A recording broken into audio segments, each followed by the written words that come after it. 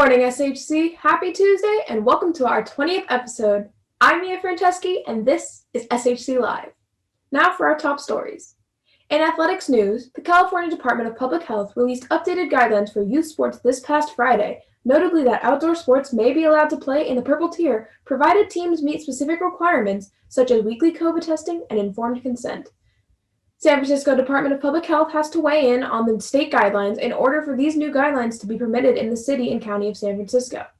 We'll know more this week.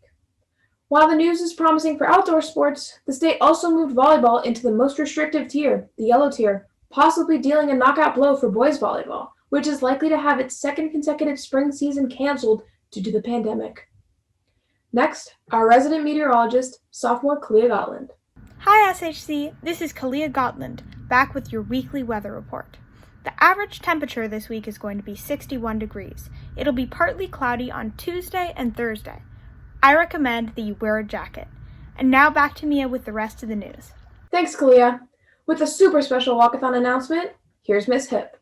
Hey SHC Live, my name is Miss Hip and I'm here to talk about, you guessed it, the walkathon. Woohoo! The walkathon is our only student-led fundraiser, and normally it's in the fall and ends with a big community walk around Golden Gate Park. Obviously we couldn't do that this year, so we had to reframe it, and it's gonna actually be our first ever virtual walkathon. Super exciting, we're still gonna have prizes, early bird, all that fun stuff.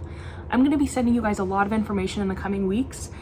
If you want to get started, I highly suggest that you create your online fundraising page. That's going to allow you to share on social media, email, through text with all your old coaches, aunts, uncles, grandparents, all those great people. Everyone this year has a goal of $200, and we know that this year has been incredibly difficult and challenging for many of our community members. If you're having a hard time reaching your goal, please contact me. I have funds to hand out, and I want to make sure you all reach your goal this year. There's going to be more info to come, and in the mail you guys are going to receive something that looks like this. If you guys have any questions on it, you can email me. I'm very excited about this. I hope you are too. That's all for now. Go make your online fundraising page and let's get started. For SHC Live, my name's Miss Hip. Go Irish and woohoo! Thank you, Miss Hip. Now, with her own announcement, Ziamara Larkin.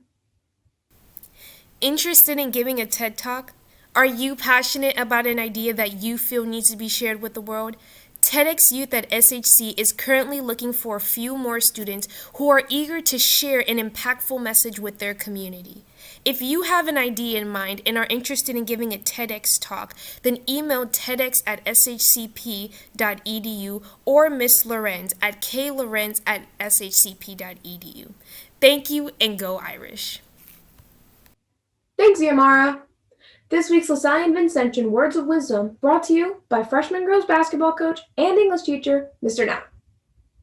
Hey SHC, it's Mr. Knapp. I was asked to provide some words of wisdom for you today, and I would say that I've been focusing on two things to maintain a positive mental outlook, and that is definitely getting outside as much as possible. I'm a big fan of hiking or biking if you like solo activities, but the outdoors is also a great way to socially distance with friends. Get to spend a lot of time with my wife and my dog on our walks. I think it's just really great for your mental health. I would encourage all of you to get outside and stay active as much as you can. And the second is to look forward to the future. Vaccines are coming out. School's been trickling back into session. And I really can't wait till we can get together again as a community. So yeah, my two words of wisdom would be get outside and maintain a positive outlook towards our future together. All right, that's all for now. Adios. Thank you, Coach Knapp. Now, here's Ziamara back again with the latest on Black History Month. Hi guys, welcome to the last week of Black History Month. Over the weekend, I had the privilege to interview Mrs. Russell, Mr. Russell's sister, an alumni from SHC, to ask her what her experience was going to SHCP as an African American female and what Black History Month means to her. Check this out. How was your experience being an African American woman going to SHCP? Woo! Yeah, you all have a lot more students of color than they had when I was attending. I believe in my graduating class, there was about 2.5 Black girls and probably less than 6 or 7 Black boys. So total, like less than 10 African American kids at the time.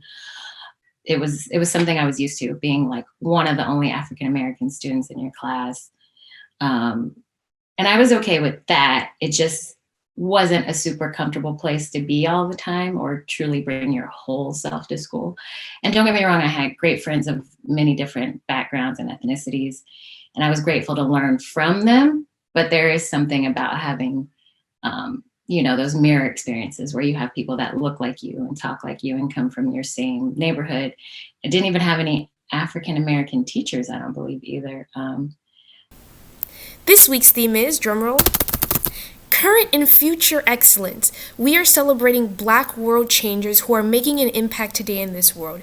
As you know, Monday we celebrate Black women, Tuesday we celebrate Black men, Wednesday we celebrate Black youth, Thursday we celebrate LGBTQ and mixed, and Friday we celebrate International African Americans who have helped shape our world.